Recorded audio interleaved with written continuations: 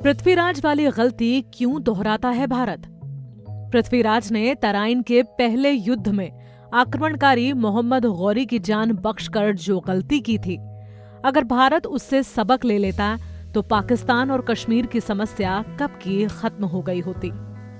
12वीं सदी का आखिरी दशक था। अफगानिस्तान के गौर साम्राज्य के मोहम्मद गौरी ने दिल्ली सल्तनत पर चढ़ाई कर दी। सामने थी पृथ्वीराज चौहान की विशाल सेना। दोनों के बीच तराइन में भीषण जंग हुई। पृथ्वीराज की बहादुरी के आगे गौरी की सेना के पांव उखड़ने लगे। खुद गौरी घायल होकर गिर पड़ा। उसके एक सैनिक ने उसे घोड़े की पीठ पर लादा और वापस अपने शिविर की ओर भागा। पृथ्वीराज की तलवार और गौरी के सिर के बीच नाम मात्र की दूरी थी, लेकिन पृथ्वीराज ने गौरी के खून से अपनी तलवार की प्यास नहीं बुझाई। उसने उदारता दिखाई और मैदान छोड़कर भागते हुए शत्रु पर वार नहीं किया। पृथ्वीराज की ये उदारता भारत को बहुत भारी पड़ी। इस युद्ध के ठीक 1 साल बाद गौरी ने तराइन के मैदान में फिर पृथ्वीराज को ललकारा और उस युद्ध के नतीजे ने भारत का इतिहास बदल दिया।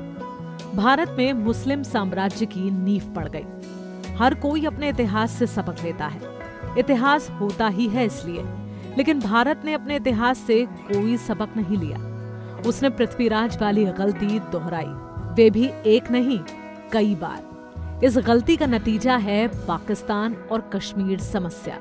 पहली बार यह गलती दोहराई 1947 में। उस वक्त तमाम रियासतों का भारत में विलय हो रहा था। मसला फंसा जम्मू और कश्मीर को लेकर। वहां के राजा थे हरी सिंह। वे जम्मू कश्मीर को आजाद रखना चाहते थे, लेकिन भारत पाकिस्तान के बंटवारे के बाद उनके मुस्लिम सैनिकों ने बगावत कर दी। पाकिस्तान के संस्थापक मोहम्मद अली जिन्ना की नजर भी कश्मीर पर थी। उन्होंने तो साफ कह दिया था कि अगली ईद श्रीनगर में मनाएंगे। फिर अक्टूबर 1947 में पाकिस्तान के कबायली लड़ाके भी कश्मीर में घुस आए। पाकिस्तानी सेना और कबायली लड़ाकों ने मिलकर जमकर लूटपाट और मारकाट मचाई। महाराजा हरी सिंह के पास कोई चारा नहीं बचा। उन्होंने मदद के लिए भारत से गुहार लगाई, लेकिन प्रधानमंत्री जवाहरलाल नेहरू ने साफ कह दिया कि पहले महाराजा विलय प्रस्ताव पर दस्तखत करें, फिर भारत उनकी हिफाजत करेगा। विलय के दस्तावेज रातों रात महाराजा के पास पहुंचे और उन्होंने उस पर हस्ताक्षर किया।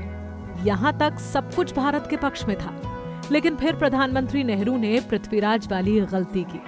जिस पूरे कश्मीर पर भारत का हक था, जिसे भारत अपनी सैन्य ताकत के बल पर हासिल भी कर सकता था, उस मामले को लेकर नेहरू यूएन पहुंच गए। उनका कहना था कि यूएन जैसी किसी अंतर्राष्ट्रीय संस्था की निगरानी में जम्मू कश्मीर में जनमत संग्रह होना चाहिए, ताकि वहां की आवाम तय कर सके कि वे भारत के साथ रहना चाहती है या फिर पाकिस्तान के। आज भी पाकिस्तान अंतर्राष्ट्रीय मंचों पर नेहरू के उन्हीं बयानों की दुहाई देता है और जम्मू कश्मीर पर अपना हक जताता है। अगर उस समय भारत पूरे कश्मीर पर कब्जा कर लेता तो कोई आवाज नहीं उठाता, क्योंकि अमेरिका समेत तमाम ताकतवर देश भारत के साथ थे। तब चीन भी ऐसी स्थिति में नहीं था कि वे पाकिस्तान की कोई मदद कर पाता। 1947 के बाद 1965 में भारत के सामने फिर कश्मीर मसला सुलझाने का मौका आया। पाकिस्तान के करीब 30,000 सैनिक भारतीय सीमा में घुस आए। उन्होंने कश्मीरियों की वेशभूषा अपना रखी थी, फिर भी हिंदुस्तानी सैनिकों को इसकी भनक लग गई। भारत ने पाकिस्तान पर जवाबी कार्रवाई की और अपने तोपखाने की मदद से 3 महत्वपूर्ण पहाड़ी ठिकानों पर कब्जा कर लिया। पाकिस्तान के कब्जे वाले कश्मीर में भी भारतीय सैनिक 8 किलोमीटर तक अंदर घुस गए। पाकिस्तानियों को तो यहाँ तक लगने लगा था कि उसके कब्जे वाले कश्मीर का बड़ा शहर मुजफ्फराबाद भी भारत के पास जाने वाला है। उसने भारतीय सैनिकों को पीछे हटाने के लिए ऑपरेशन ग्रैंड स्लैम शुरू किया, लेकिन तत्कालीन प्रधानमंत्री लाल बहादुर शास्त्री की अगुवाई में भारत ने उसे मुंह तोड़ जवाब दिया। भारतीय सैनिकों ने पंजाब सीमा में एक नया मोर्चा खोला और लाहौर तक पहुंच गए। हालात इस कदर गंभीर थे कि अमेरिका ने कुछ समय के लिए युद्ध विराम की अपील की, ताकि वे लाहौर से अपने नागरिकों को निकाल सके। भारत ने पाकिस्तान के सैकड़ों टैंक तबाह कर दिए, उसके 710 वर्ग किलोमीटर पर कब्जा कर लिया। इसमें सियालकोट, लाहौर और कश्मीर के उपजाऊ इलाके भी शामिल थे। भारत को पाकिस्तान के मुकाबले युद्ध में धन बल का काफी कम नुकसान हुआ। उस जंग में भारत हर मोर्चे पर पाकिस्तान से आगे था। पाकिस्तान का दिल कहे जाने वाले लाहौर तक पहुंच गया था। फिर भी भारतीय प्रधानमंत्री लाल बहादुर शास्त्री ने 11 जनवरी 1966 को अपने पाकिस्तानी समकक्ष अयूब खान से ताशकंद में समझौता कर लिया और दरिया दिली दिखाते हुए जीते हुए हिस्सों को भी छोड़ने के लिए राजी हो गए। भारत के पास पाकिस्तान के ताबूत में आखिरी कील ठोकने का सबसे सुनहरा मौका था साल 1971 में। दरअसल भारत पाकिस्तान के बंटवारे के बाद 1950 में बंगाली अस्मिता और उसकी पहचान को लेकर तत्कालीन पूर्वी पाकिस्तान में भी आजादी के लिए संघर्ष शुरू हो गया। उस वक्त पाकिस्तानी हुकूमत ने बगावत को किसी तरह दबा दिया, लेकिन 1970 का दशक आते आते विद्रोह अपने चरम पर पहुंच गया। पूर्वी पाकिस्तान में शेख मुजीबुर रहमान की बढ़ती लोकप्रियता और बगावत से पश्चिमी पाकिस्तान के हुक्मरान आजिज आ गए। उन्होंने विद्रोह दबाने के नाम पर सेना को आवाम पर जुल्म करने की खुली छूट दे दी। महिलाओं के साथ दुष्कर्म आम बात हो गई। आखिरकार मुजीबुर रहमान ने भारत की तत्कालीन प्रधानमंत्री इंदिरा गांधी से मदद मांगी। इंदिरा मदद के लिए तैयार भी हो गई।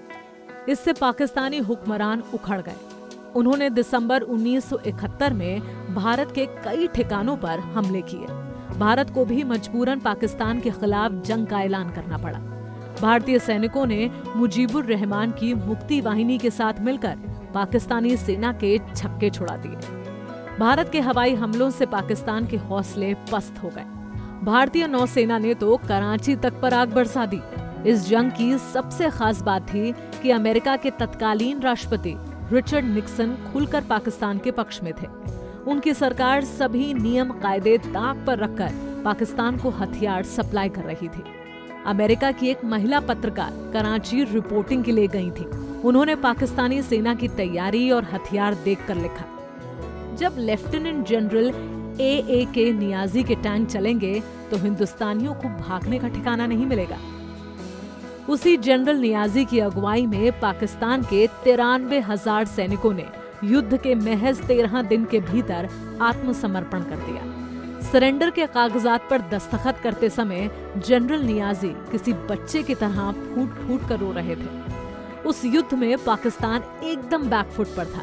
भारत के पास उदारता के अलावा ऐसी कोई वजह नहीं थी कि वे संघर्ष विराम के लिए पाकिस्तान के साथ समझौता करें। उसके पास मौका था कि वे जम्मू कश्मीर के मसले को सुलझा ले, लेकिन भारत ने ऐसा नहीं किया। 93,000 सैनिकों की संख्या मामूली नहीं होती, पर भारत ने दरिया दिली दिखाकर एक बार फिर पृथ्वीराज चौहान वाली गलती दोहराई। पाकिस्तान उस जंग के बाद भी नहीं सुधरा। उसका नापाक इरादों वाला छद्म युद्ध आज भी जारी है। महान नीतिज्ञ चाणक्य ने कहा था कि अपने शत्रु को कभी कमजोर नहीं समझना चाहिए। उन्होंने शत्रु की तुलना कर्ज और रोग से की थी। उनका कहना था कि अगर आप शत्रु को कर्ज और रोग की तरह समय रहते समाप्त नहीं कर देंगे तो वे हमेशा आपकी जान का दुश्मन बना रहेगा। लेकिन दुर्भाग्यवश चाणक्य की बात ना तो पृथ्वीराज ने मानी, ना ही जवाहरलाल नेहरू, लाल बहादुर शास्त्री और इंदिरा गांधी ने।